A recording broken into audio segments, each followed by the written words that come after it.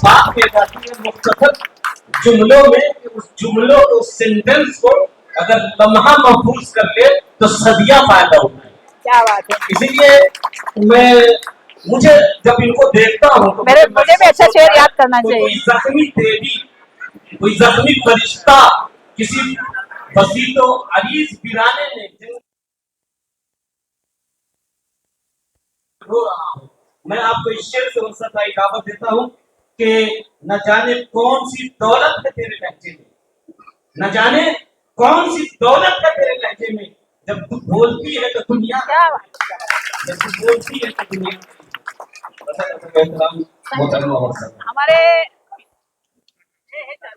हमारे भाई साहब ने इतना अच्छा शेर बोल दिया तो अभी मेरे ऊपर बहुत जिम्मेदारी बड़ी आ गई क्योंकि पता नहीं मैं क्या करती हूँ, पर मुझे इतना पता है कि एक कटआउट लेके जाती हूँ तो देश का प्राइम मिनिस्टर संसद में आ जाता है। इतना तो हिम्मत रखते हैं कि महिलाएं हम जाके वहां पे कटआउट लेके खड़े हो जाते हैं और उनको बोलना पड़ता है कि पता नहीं ये महिला दांत से काटने आई है कि बागड़ी से मारने आई है।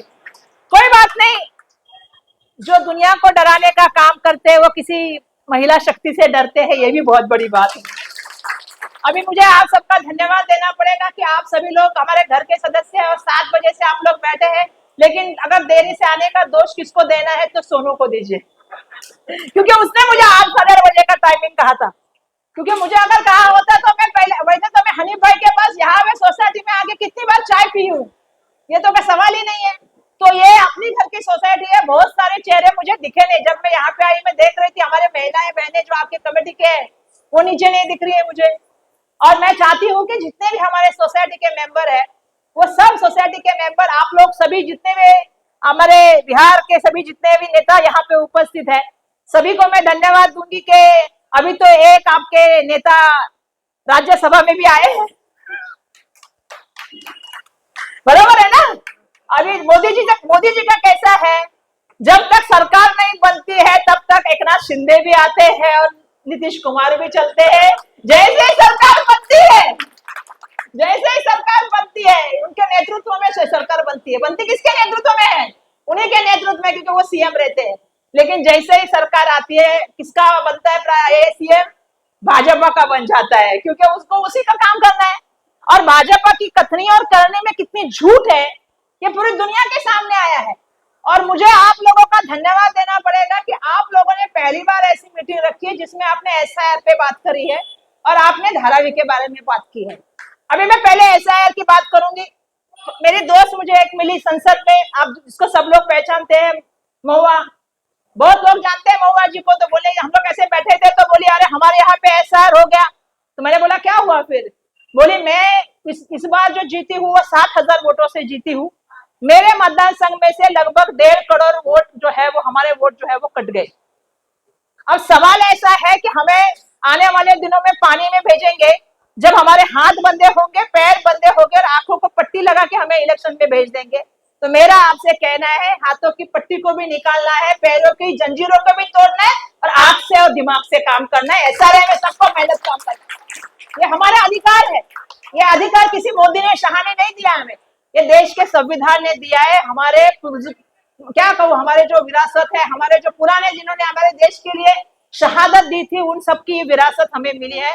संविधान ने हमें अधिकार दिया है। इनका एकमात्र एजेंडा है कि एसआईआर के माध्यम से एक इंटेंसिव करें और सभी आ जाइएगा ना, आप भी आ जाइए, हम आपका भी इंतजार करेंगे। ऐसा बाजू बाजू में नहीं खड़ा रह सकते हम जिनको जिनको पहचानते हैं नाम से बोलेंगे आ जाओ।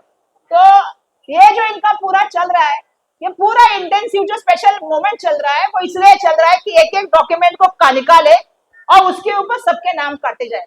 तो मेरा सभी से कहना है, ये सोसाइटी को तो मुझे मालूम है, आपका अंजुमन का भी हमको मालूम है, बिहार फाउंडेशन भी यहाँ पे, बराबर है ना, मुझे मालूम है, परसों कार्यक्रम था षणमुखानंद में, हाँ बराबर। तो ये सभी लोगों का काम है कि अपने लोगों के लिए जिस तरह कोरोना में आपने काम किया अभी भी वही काम करना है। बहुत से लोग भूल गए भाई, आजकल क्या हो गया ना, जमाना टेम्पररी मेमोरी का हो गया है, थोड़े दिन याद रखो फिर भूल जाओ। मैंने तो उधर भी भाषण किया संसद में कि एक ऐसी सरकार है जो आपत्ति में साधन देने के बजाय, समाधान देने के बजाय लोगों को लाइन में खड़ा करती है। ये पहली सरकार हमने देखी है, बराबर है ना। जब जब आपत्ति आई है, ना समाधान मिला है ना साधन मिला है। क्या मिले है हमें? सिर्फ लाइन मिली है। हम और आप, क्योंकि मैं आप लोगों के साथ खड़ी थी, तो हम और आप वो परिस्थिति जानते हैं। जब हम कोरोना के लाइन में खड़े थे, जब हम नोटबंदी के लाइन में खड़े थे, अभी गैस की किल्लत के लाइन में खड़ा रहो लोगों खड़ा रहो। हम तो एप्स्टीन फाइल में बिजी है ना? तो हमें पेट्रोलियम मिनिस्टर को सवाल पूछना चाहिए कि नहीं पूछना चाहिए? मुझे बिस्मिल्लाह होटल से फोन आया, उस दिन मैं हिमालय में गई, मैंने बोला भाई साहब चाय पिलाओ, बोले आजकल चाय बनाना बंद कर दिया। तो मैंने बोला अच्छी बात है, चाय वालों ने चाय वालों की दुकान बंद करा दी। मेरे बोले नहीं भाई हम आपके लिए बनाते हैं। मैंने बोला कॉफी तो बना के पिलाओ, तो वो लकड़ी के ऊपर कॉफी बनाई। उसके बाद हम लोग सिटीजन होटल में गए, मैंने बोला खाना कैसे बन रहा है? बोले 4 ही डिश मिलती है, कोयले पे मिल रही है। ये परिस्थिति देश के प्राइम मिनिस्टर ने की है और उनसे जवाब पूछना चाहिए। ये सबको मैं यहां से कहना चाहती हूँ, आप उसका जवाब देना चाहिए। जनता को आपको क्या देने वाले हो इसकी बात करनी चाहिए, लेकिन जनता को तो उलझा के रखा है, चैनल को तो उलझा के रखा है। आधे चैनल अंबानी के, आधे चैनल अडानी के। बंद करो वो टीवी देखना। मैं तो टीवी देखती ही नहीं आजकल, न्यूज क्या देखना है? वही चैनल में चलता रहता है कि यहाँ पे ये है, इसके अंदर वो है, या उसके अंदर ये है। यही है ना आज देश में क्या चर्चा? हिंदू मुस्लिम के एकता के ऊपर तो बात ही नहीं होती। बार बार कैसे लड़ते रहो, आप अपने में लड़ते रहो, किसी ना किसी को बुलाएंगे। उनके बच्चे तो बहुत सारे हैं, वो ओम प्रकाश से लेके तिवा, क्या नाम है उसका बताओ, है ना ओम प्रकाश मैडम, अंजना ओम प्रकाश, क्या नाम है? हाँ अंजना कश्यप मोदी, अंजना कश्यप मोदी, और बहुत सारे हैं उनके, वो अमरीश बिमरीश सब लोग हैं, वो कंटिन्यू चलते रहते हैं। और उनको आप एजेंडे से आप पूछो कि भैया ये हमारी समस्या है, महंगाई क्यों बढ़ गई है? रुपया, जिस देश का रुपया गिरता है उसकी साख गिरती है।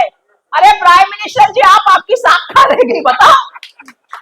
मैं तो सुना उस दिन वो पिक्चर में डायलॉग चल रहा था, ये नया भारत है, इसमें घुस के मारते हैं। मैंने बोला लेकिन ट्रम्प को फोन करते हैं, फिर तय करते हैं कि क्या करना है और क्या नहीं करना है। ये जवाब देने पड़ेंगे। ये इसलिए मैं यहाँ पे कहना चाहती हूँ कि आज ये देश की परिस्थितियां है क्योंकि देश थोड़े व्यापारीपन हो गया। देश में 2 ही व्यापारी चलते हैं, उसमें से एक को तो इतना बड़ा प्यार है। अब धारावी पे आते, सब बातें कहूंगी आपको, सब सच कहूंगी, आप सबसे देख के देखभाल के हाथ यहाँ पे बैठे। धारावी का विकास की संकल्पना ये दीपक काले जी है, ये हाजी बब्बू खान जी है, ज्योति गायकवाड़ ने तो सही कहा कि वो बड़े पोस्ट में थे। मैंने आज हाजी साहब को कहा कि उसका सैलरी क्या था और अभी एमएलए बनने के बाद क्या हुआ। ऐसा है कि वर्षा गायकवाड़ ईमानदारी से रह सकती है, ज्योति गायकवाड़ की जिम्मेदारी ले सकती है कि ईमानदारी से रहे। ये संघर्ष बहुत बड़ा है, आप नहीं समझ रहे हो। 2004 में दीपक बाबू एकनाथ गायकवाड़ ने एक सपना देखा, और सपना देखा कि धारावी जितनी इंटरनेशनल लेवल की है वैसे धारावी का डेवलपमेंट होना चाहिए, ग्लोबल टेंडर होना चाहिए। हमें क्या मालूम था कि सरकार बदल जाएगी, सपना भी बदल जाएगा, अपना दोस्त आ जाएगा। और दोस्त आ गया तो आ गया, उसको कोई जगह नहीं मिल रही थी। 6 महीने तक दोस्त तैरता रहा, तड़पता रहा, उसको कोई घुसने नहीं दे रहा था धारावी में। फिर एक हमारा ऑफिसर आया, उसके लिए मसीहा बन के, नाम लो मैंने बहुत बार नाम पहले भी लिया है, उसके लिए एक मसीहा बन के गंगावणे आया। फिर गंगावणे ने उसको यहाँ के जितने भी लोग थे एक पुलिस स्टेशन से निगडित लोगों को मिलाया। फिर भी लोग सर्वे को तैयार नहीं थे। कुछ दलालों को पैसा चार्ज हुआ कि भैया इतना सैलरी मिलेगा, हर घर के पीछे 3000 रुपए मिलेगा। फिर भी लोग तैयार नहीं थे सर्वे के लिए। हमने कहा मत करो सर्वे, सब एक साथ उतर के बोलो घर के बदले घर मिलना चाहिए, हमें हमारा हक मिलना चाहिए। फिर एक नया चीज आई, फिर सर्वे करने के लिए एक नई चीज आई। गलत बोली तो आप बोला वर्षा गायकवाड़ आपने गलत बोला। क्या चीज आई? एक के घर बदले में 3 घर मिलेंगे। बराबर बोल रही थी, झूठ बोल रही हूँ। एक के घर के बदले में कितने घर मिलेंगे? ऊपर एक, नीचे वाला, ऊपर वाला, ऊपर वाला। एक आपको धारावी में मिलेगा, दूसरा आपको वहां मिलेगा, उसका रेंट आप ले पाओगे, उससे आपका घर चल जाएगा। यही था ना। लोगों को लगा 3 घर कहाँ रखूं मैं, एक धारावी में रखूंगा 75 लाख का घर, दूसरा देवनार में मिल जाएगा 40-50 लाख का घर, हो गया मैं तो करोड़पति। फिर मैंने लोगों से ये भी तब सवाल पूछा कि भैया अगर मैं शिवनेरी की बिल्डिंग में रहता हूं तो मुझे कितना घर मिलेगा? कितना मिलेगा? शिवनेरी वालों को 3 नहीं मिल रहे, शिवनेरी वाले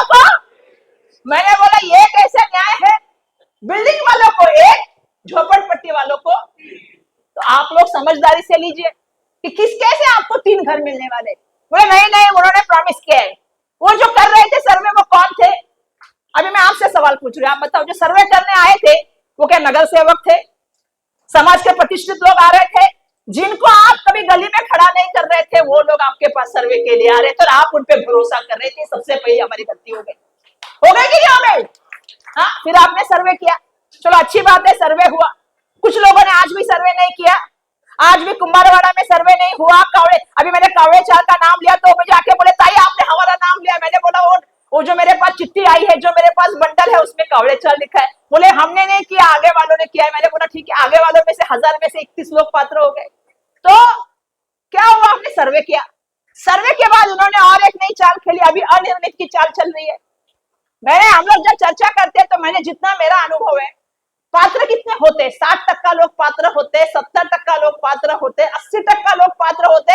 ये SRA की बिल्डिंग वालों से सवाल मैं पूछ रही हूँ, कभी आपने देखा है कि 5% लोग, 3% लोग पात्र होते हैं, बाकी 96% लोग अनिर्णित और अपात्र रहते हैं? कभी ऐसा होता है? 10% लोग अनिर्णित और अपात्र होते हैं, जिनका डॉक्यूमेंट वापस सबमिट किया जाता है, उनकी पात्रता तय की जाती है। बराबर है कि नहीं है? हाँ, लेकिन 80 से लेके 70-80% लोग पात्र ही हो जाते हैं। मैंने उनसे चर्चा की, दीपक भाई को मैंने बोला सबसे बड़ा इसमें अगर सबसे बड़ा घोटाला क्या है, तो 80% लोग तो पात्र होने चाहिए थे कि 2011 के हिसाब से। हमारा प्रोजेक्ट वाइटल प्रोजेक्ट, हमारा प्रोजेक्ट जो है इंस्टीट्यूट प्रोजेक्ट, हमारा प्रोजेक्ट जो है जिसको हाई कोर्ट ने 2000 तक का परमिशन दिया है, वाइटल प्रोजेक्ट में आपको 2000 तक का परमिशन है, इंस्टीट्यूट प्रोजेक्ट में आपको धारावी के लोगों को धारावी में बसाना है। 2011 तक का हाई कोर्ट का निर्णय है, तो हमको 2011 तक का अगर पात्र होते हैं तो धारावी में कितने टक्के लोग पात्र होने चाहिए थे आपके हिसाब से? हाँ, 90%। क्यों? क्योंकि मशाल के सर्वे में भी हम 90% पात्र है। बराबर है? ये सर्वे कब हुआ था? 2008 में हुआ था, और उसके बाद 2011 तक का हमें परमिशन है। लेकिन आज हम लोग पात्र कितने हो रहे हैं? 3%, 5%, कई जगह पे 2%, कई जगह पे 1%, कई जगह पे 0.3%। तो क्यों ऐसा हो रहा है? क्योंकि उनके ऊपर हमारी कुछ है ही नहीं, क्योंकि उनको पता है कि धारावी में ये है। और जो लोग सर्वे करने आए थे, अब उनको घर पे बिठा दिया। जो आपके पास सर्वे करने आए थे वो कहाँ है? नहीं दिखा दे रहे, क्योंकि उनको अभी हमको पता है, सबको उनको बाजू में कर दिया। अब नया राज आ गया। किसका राज? दलालों का राज, गुंडों का राज। आजकल वो सबको आ रहे हैं, लोगों को कहां भेजा है? BMC में लाइन लगा के भेजा है। लोग 2-2 लाख रुपए का फोटो पास बना के ले रहे, 3.5 लाख का फोटो पास बना ले। जो दलाल है, जिनके पास कभी लोग जाया नहीं करते थे, उनके ऑफिस के बाहर लोग लाइन लगा के खड़े हैं। और मैं ये सवाल पूछना चाहती हूँ, हम ये पैसा दे क्यों, जब हम ऐसे ही पात्र है, घर के बदले में घर लेना है, तो उसके लिए हमें उतरना पड़ेगा। और उसने दूसरी क्या चालूपना किया है, जो हमने तब ध्यान नहीं दिया बहुत से लोगों ने, और वो चालूपना यह किया है कि आपने एक एफिडेविट किया है। मतलब मैंने 10 बार बोला एफिडेविट मत करो भाई। कोई भी अगर SRA की डेवलपमेंट होता है तो उसमें कोई एफिडेविट नहीं होता है, लेकिन आप इन्हें लिख के दिया है कि हमारा कोई डॉक्यूमेंट गलत निकलेगा तो हमारे ऊपर फौजदारी कार्रवाई करो। और बाजू में हमने 2 विटनेस ही बिठाए। वीडियो बनाते हो, बनाए कि नहीं बनाए? कितने लोग ने एफिडेविट साइन किया है? यहां पे नहीं किया है, लेकिन बहुतों ने किया है। तो हमने हमारे हाथ पैर भी बांध के लेके हम कोर्ट में नहीं जा सकते, क्योंकि अगर उन्होंने कहा कि आप अपात्र है, हसन भाई आपने नहीं किया होगा, लेकिन किसी ने तो किया है ये बात। जो भी किया है नहीं किया है पूछो, लेकिन बहुत लोग को किया है। आपको अभी इसमें से कोई उठ के ये तो नहीं बोल रहा ताई आप ऐसा क्यों बोल रही कि मेरे पास डॉक्यूमेंटेशन है। मैं डॉक्यूमेंट पे बात कर रही हूँ। हमने दूसरा गलती क्या किया, हमने लोग खड़े होके भर गए वो फॉर्म, 100 रुपए का एफिडेविट पे, और लिख के दे बाकायदा साइन करके, बाजू में तो विटनेस बिठाए। और उन्होंने वीडियो बनाए कि कल अगर डॉक्यूमेंट में कुछ कम ज्यादा हुआ तो क्या होगा, आपको कोई भी कोर्ट में जाने का आपको कोई प्रावधान नहीं है। तो हमारे हाथ पैर, हमारा मुंह, हमारी आंखें सब बंद करने के बाद ये डेवलपमेंट हो रहा है। और अगर ये डेवलपमेंट हो रहा है तो पुलिस और गुंडे का राज क्यों चल रहा है? मुझे जितना डेवलपमेंट समझ में आ रहा है, आप डेवलपमेंट के खिलाफ है क्या? हम डेवलपमेंट के खिलाफ है क्या? तो हमारा डेवलपमेंट हो रहा है तो हमसे बात हो रही है। धारावी में इतने लोगों को नोटिस दिया गया है, किसको पता है धारावी में घर कहां मिलने वाला है? बताइए आप में से कितने लोगों को मालूम है? जो पत्रकार महोदय इसको फॉलो करे उनको भी मालूम है क्या? पूछिए घर कहां मिलने वाला है, क्योंकि जिस रेलवे लाइन की बात करें आज हम उसके ऊपर भी बैठे थे। वो रेलवे लाइन भी है, वो तो ओनरशिप नहीं मिलने वाली, वो तो लीज पे मिली लैंड है। उसका भी इतना बड़ा घोटाला है कि आने वाले दिनों में वो भी चली जाएगी, तो उसमें भी शौक नहीं होना, क्योंकि वहां पे भी लाइन 5-6 नंबर आने वाली है। तो मुझे समझ में नहीं आ रहा है कि हमें कहां भेजने वाले हैं, हम कहां जाएंगे। समस्या तब होती है जब हम इसके बारे में चर्चा नहीं करते। सब बातों को सोचना पड़ेगा, समझना पड़ेगा। हमने अपनी सब बातें, मुझे याद है इलेक्शन टाइम में यहाँ पे राजू भाई आए थे ना, भाषण किया था, एक जीआर दिखाया था उन्होंने। कितने लोगों ने जीआर देखा उसको? बाद में वो जीआर पूरी तरह से जीआर ऐसा था कि जो भी इस डेवलपमेंट को अपोज करेगा उसको कोई भी फैसिलिटी इस डेवलपमेंट से नहीं मिलेगी, उसको कोर्ट से हम लोग करेंगे नहीं। तो उस समय जब राजू भाई आपने आके यहाँ पे बात किया था, तो आप मतलब मेरा सबसे कहना यह है, अभी भी लड़ाई अपने हाथ से नहीं गई है, लेकिन अगर हम लोग इस तरह से लड़ते नहीं रहे, हम शांति में बैठे रहे, तो एक वक्त ऐसा आएगा कि रात के अंधेरे में बुलडोजर आएगा। आप देख रहे हो एक जगह पे बुलडोजर राज कैसे चल रहा है, मुझे बोलने की जरूरत नहीं, आप देख रहे हो एक जगह पे बुलडोजर राज चल रहा है, और दूसरी जगह अगर बुलडोजर चालू हो गया, आर्मी आई, पुलिस फोर्स आई, तो हम क्या कर पाएंगे? एक बार टूटने के बाद हम लोग कुछ भी नहीं कर पाएंगे। अभी हमारे सामने भाई साहब है, इनको पूछिए, किसी को बोलेंगे 500 का एरिया देने वाला है, सबको पता है कि 370 का ही एरिया मिलने वाला है।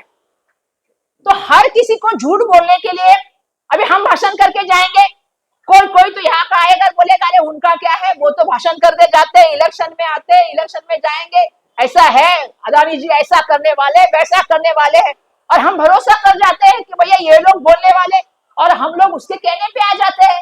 लेकिन ये घर हमारा है, समझना पड़ेगा आप लोगों को, ये हमारा घर है, ये हमारी जमीन है। यहाँ से उद्ध्वस्त हुए तो आपको जो देवनाग में भी घर मिलने वाला है, क्योंकि आपको पता है ये सब क्यों हो रहा है। जितने लोग अनिर्णित है, नीचे के घर को अपात्र करते और ऊपर के घर को पात्र करते। जितने नीचे के घर अपात्र होंगे उनको घर धारावी में नहीं मिलेगा, ऊपर के पात्र वालों को जाना पड़ेगा देवनार या मालवनी, और जो घर है वो आपको फ्री में नहीं मिलने वाला है, आपको भाड़ा भरना है उसका, और आपको खरीदी का कीमत भरना है उसकी।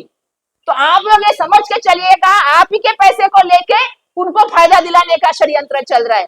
और ऐसे समय में अभी धारावी में सबको उतर के कहना पड़ेगा, हम धारावी में ही घर लेके रहेंगे, हम कहीं बाहर नहीं जाएंगे। ये जब तक हम लोग सब लोग नहीं उतर के खड़े हो जाएंगे, तब तक ये लड़ाई नहीं खत्म होगी। उनको अभी ऐसा लग रहा है, उनको पता था कि धारावी की सबसे बड़ी ताकत क्या है। मैं सच कह रही हूँ आपको, उनको पता था कि धारावी में उन्होंने 6-7 महीना इतना तकलीफ, मतलब घुसने की कोशिश की, कोई घुसने को ही नहीं मिल रहा था उनको धारावी में। अचानक फिर उनको मिल गए, एक के बदले में 4 मिल गए। जो पुलिस स्टेशन में रहने वाले थे, रोज पुलिस स्टेशन का जिनका संबंध था, वो उन्होंने पकड़े। वो बैठ के विनस होटल में क्या करते थे पूरी दुनिया को मालूम है। उनका रोज रात का पैसा दिया जाता था, कितने कितने घर सर्वे किए उसका। लेकिन आज मैं सवाल पूछती हूँ कि जो सर्वे करने में आगे थे, वो आज पात्रता करने के लिए आगे क्यों नहीं है? आपने तो जिम्मेदारी ली थी कि हमें 3 घर देंगे, अरे एक तो घर दिला के दे दीजिए, यही तो बहुत हमारे लिए सबसे बड़ी कमाई है। क्योंकि उनको देखिए, आप बीकेसी में जाते हैं, आपको कोई एसआरए की बिल्डिंग दिखती है? आप जाते हैं बीकेसी में, मॉल है, पता है आपको कौन सा मॉल है? हाँ, एक गार्डन है, कौन सा गार्डन है? और एक रिक्रिएशन सेंटर है, एक बड़ा हॉल में है, किसका है? हाँ, अभी उधर हमारा कोई झोपड़ा दिखता है, कोई बिल्डिंग दिखती है एसआरए की? तो आप एक समझ लेना, ये साइड जो है जहां हम लोग सब रह रहे हैं, ये साइड अदानी लैंड बनेगी। उनको कोई इंटरेस्ट नहीं है कि धारावी वालों को कहाँ घर मिल रहा है, कितना घर मिल रहा है, क्या होने वाला है। उनका इंटरेस्ट ये जमीन में है। अभी ताई ने कहा कि कभी अदानी को, मैं तो अभी देख रहे हूँ रोज नया ऐड आता है, बच्चों के लिए स्पर्धाएं, जॉब के लिए आया है। आप और हम कोरोना में रास्ते में थे ना, अदानी जी को धारावी के लिए कितने साल पहले की बात है, बताइए कितने साल पुरानी बात है अदा, बताइए। हमने तो हमारे पिताजी को खोया उसमें, तो हमें तो अच्छे से याद है 2021 की बात है जब कोरोना आया था, हमारे तो घर का नुकसान हुआ है। तो मैं ये बोलना चाहती हूँ कि कि 21 में तो अदानी नहीं थे, ऐसा तो नहीं था ना, अदानी थे ना। अगर उनको धारावी से इतना प्यार था तो कितने धारावी के लिए ट्रेनें दी, कितने धारावी के लिए खाने के ये खोले, कितने धारावी में लोगों को मिलने आए। तो जब जब केंद्र सरकार से योजनाएं आई, कितनी धारावी के लिए मदद की बताइए? तो कुछ भी नहीं किया हमारे लिए। अब उनको धारावी के लिए प्यार इसलिए आ रहा है क्योंकि धारावी बीकेसी से कितनी दूर है, कितनी दूर है? 50 मीटर एक ब्रिज है, ब्रिज बराबर है। टी जंक्शन से धारावी में और बीकेसी में कितना है? एक ब्रिज है, ब्रिज। अब एक बीकेसी बन गया है तो दूसरे दोस्त को भी दूसरा बीकेसी चाहिए कि नहीं चाहिए? अभी मोदी जी के प्यारे है कि नहीं है? तो जहां प्यार आता है वहां क्या आता है? और प्यार कहां से आ रहा है? यहां से नहीं आ रहा है, पूरा फॉरेन तक आ रहा है। जिसके ऊपर अमेरिका में केस, जिसके ऊपर ऑस्ट्रेलिया में केस, जिसके ऊपर नॉर्वे में केस, जिसके ऊपर मलेशिया में केस, वो हमारा दाता बनेगा। कल भाग गए तो हम किसके पीछे भागेंगे? हमारे घर तोड़ के गया तो हम किसके पीछे भागे? मोदी जी आओ और हमको जवाब दो के जाओ, ये मोदी जी से मेरा कहना। आप जिम्मेदारी लो। अगर आपको आपका दोस्त प्यारा है तो आप जिम्मेदारी लो। मुख्यमंत्री जिम्मेदारी ले ना, मुख्यमंत्री जिम्मेदारी लेते हैं ना प्राइम मिनिस्टर जिम्मेदारी लेते हैं।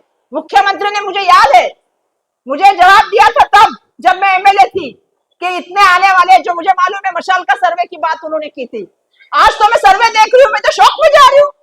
ये क्या सर्वे है? 1000 में 31, 2000 में 14, ये क्या सर्वे आ रहा है? और इतने लोग अगर अनियमित होंगे या इतने लोग अगर अपात्र होंगे तो धारावी में बसेगा कौन? हाँ, कौन बसेगा धारावी में? ये सबसे बड़ी बात हम लोग को सोचनी पड़ेगी। और जैसा कहा हाजी साहब ने कि अभी ये मुत्तहिद वक्त है जब हम लोग जमीन पे उतरे और जमीन में आके ये कहे कि भैया हमें घर के बदले में घर दोगे तो ही हम ये जमीन में काम करने देंगे, वरना आप चली जाओ। जैसे 1942 में दिया था ना नारा महात्मा जी ने, करो या मरो। ये हमारी भी जिंदगी का वक्त ऐसा आया है, करो या मरो। या घर मिलेगा या हमें कहीं और भेजा जाएगा, ये तय हमें करना है। और मैं अपेक्षा करती हूँ कि यहाँ जितने भी लोग बैठे हैं, वर्षा गायकवाड़ की बात को भी पढ़ो, दूसरे की भी बात को पढ़ो, और जहां आपका हित है। क्योंकि आज मुझे ऐसा लग रहा है कि हम ऐसे वक्त पे आए हैं जब सबको ऐसा हो गया कि मेरा घर का क्या होगा, बोले कुछ भी करके। मुझे हाजी साहब बोलते हैं कि लोग दलालों के पास जाके बैठ रहे थे। मैंने बोला अगर लोग यह कर रहे तो और नुकसान करके लेंगे, क्योंकि उनका तो धंधा है। और कौन जिम्मेदारी लेगा? जिसके पास जाके लोग बैठ रहे हैं वो कौन सी जिम्मेदारी लेगा पात्र करने की? और कौन? अभी सवाल ऐसा है कि हमने पीएमजीपी कॉलोनी के लिए कितनी बार हेयरिंग किया? 7 बार किया, 8 बार किया। इनके बिल्डिंग के लिए जब मसला आया था शिवनेरी का, याद है आपको कि सभी एसआरए की बिल्डिंग के लिए तो हमारी सरकार थी। हमने जाके सरकार में बात किया और सबको, क्योंकि हमें यह पता है कि सरकारी अधिकारी से आप बात कर सकते, यहाँ किससे बात करोगे? यहाँ पे तो 80% का वही मालिक है। उन्हीं के ऑफिस में सरकारी ऑफिसर बैठते हैं, उन्हीं के ऑफिस में पुलिस वाले भी बैठते हैं। तो किससे आप न्याय की भीख मांगोगे? न्याय की भीख उनसे मांगनी चाहिए जिनको हम चुन के देते हैं, जो सरकार है उससे मांगनी चाहिए। और यह लड़ाई हमको सबको लड़नी पड़ेगी और इस लड़ाई में आप सबका साथ चाहिए। देखिए हम तो साथ में आपके है ही। आप कहेंगे ये करना है वो करेंगे, आप कहेंगे ये करना है वर्षा जी यहाँ बैठना है यहाँ बैठ जाओ, यहाँ बैठना है यहाँ बैठ जाओ, ये कालीन पे बैठना है कालीन पे बैठ जाओ, इस पे बैठना है इस पे बैठ जाओ। सच में आज हमारी चर्चा हो रही थी, मैं बहुत देर तक बैठी थी। मैंने कहा कि इतिहास जब लिखा जाएगा तो मैंने कहा कि तब भी उसी जमाने में लोग थे जो पैसों के पीछे भाग के अंग्रेजों की गुलामी करते थे, लेकिन आज उन्हीं को लोग याद करते हैं इतिहास में जिन्होंने देश के लिए शहादत की, देश के लिए फांसी पर चढ़े। देखो हमें मालूम है कि आग लगी थी जंगल में, एक छोटी चिड़िया, मालूम है ना, कथा बहुत आपको लगेगी कि क्या सुनी सुनाई बता रही है, लेकिन जंगल में जब आग लगी थी तो एक चिड़िया अपने चोंच में पानी लेके डाल रही थी, तो किसी ने कहा कि तेरे इतने से चोंच से आग नहीं बुझेगी, इतनी बड़ी आग है। लेकिन उसने कहा कि जब इतिहास लिखा जाएगा तो ये मेरा नाम आग लगाने में नहीं आग बुझाने में लिखा जाएगा। हम ये चाहते हैं कि हमें पता है क्या होने वाला है, हम सच्चाई। कल लोगों ने ये नहीं बोलना चाहिए एकनाथ गायकवाड़ की लड़की थी, वर्षा गायकवाड़ को हमने नाम दिया, धारावी का नाम तो मैंने संसद में भी बहुत बड़ा कर दिया है। आवाज ऐसे चिल्लाती हूँ कि सबको पता चल जाता है कि कौन बोल रहा है और सबको पता है कि धारावी की है। अरे धारावी की शेर नहीं है। मैं बोला हाँ वो तो हुई। मैं ये बोलना चाहती हूँ आपको कि कल मुझे ये नहीं चाहिए कि सबने मुझे कल देख के ये बोलना चाहिए कि वर्षा गायकवाड़ तेरे को सब पता था, तू तो हमारी थी, वो तो हमारा नहीं था, वो तो पराया था। उससे क्या अपेक्षा करना, जो तो बिजनेस करने के लिए आया है, पैसा कमाने के लिए आया है और भाजपा को पैसा देने के लिए आया है। लेकिन तू तो हमारी थी, तू तो लड़ सकती थी, तेरी बहन वहां पे थी, तू वहां पे थी, तो तूने हमें सच्चाई क्यों नहीं बताई? आज मैं सच्चाई बताने के लिए आई हूँ। निर्णय आपका जो भी होगा वर्षा गायकवाड़ उसमें आपके साथ आपके बहन बेटे खड़ी होगी, ये मेरा आप सभी से वादा है। क्योंकि मुझे मालूम है बहुत से लोग बहुत सी बातें करते हैं, मुझे फर्क नहीं पड़ता है, मुझे धाराविकर से फर्क पड़ता है, ये मेरे फैमिली से फर्क पड़ता है। मैं चाहती हूँ कि जब भी कभी लड़ाई हो तो लड़ाई हम धाराविकर जीते। पैसे वाला है इसीलिए नहीं जीतेगा वो, हम जीतेंगे। हमारे में जो ताकत है उसका आपको एहसास नहीं है। रास्ता उतरेंगे, पैक करेंगे, वहां से लेके यहाँ तक आवाज सुनाई देंगे तो लोग बराबर समझ जाएंगे कि क्या धाराविकर चाहते। और हमारी एक ही मांगनी है, घर के बदले घर, और वो कहाँ चाहिए? धारावी में ही मिलना चाहिए। यही मांगनी लेके हम लोग चाहेंगे, चाहे कमर्शियल हो, अपना इंडस्ट्री हो, सब धारावी में चाहिए। आप सोचो कुंभारवाड़ा के लोग सर्वे नहीं कर रहे, आप समझ रहे हो? हाँ हाँ, तो मैं आप सबसे कहना चाहती हूँ कि ये लड़ाई लड़नी पड़ेगी, मजबूती से लड़नी पड़ेगी, चाहे वो मोदी जी सुने, नहीं तो राहुल गांधी को तो आके सुनना पड़ेगा हमारी बात। ये मैं यहाँ से कहूँगी और आप सबका बहुत बहुत धन्यवाद व्यक्त करूंगी कि आप सभी ने हमें बुलाया। लेट हो गया लेकिन कोई बात नहीं, हनीफ भाई आज भी चाय पिला के भेजेंगे ऐसा अपेक्षा करती हूँ, क्योंकि सोसाइटी के सदर है। अर्जुमन भाई के अभी नए नए अध्यक्ष बने हैं, हाँ अध्यक्ष महोदय, क्योंकि बहुत सारी शुभकामनाएं। हर साल इलेक्शन में नया नया आदमी आता है क्या? आप लोगों ने बिहार फाउंडेशन से कुछ तो सीखना चाहिए। हाँ अभी समझ गए आप। चलो सबको बहुत बहुत धन्यवाद। जय हिंद।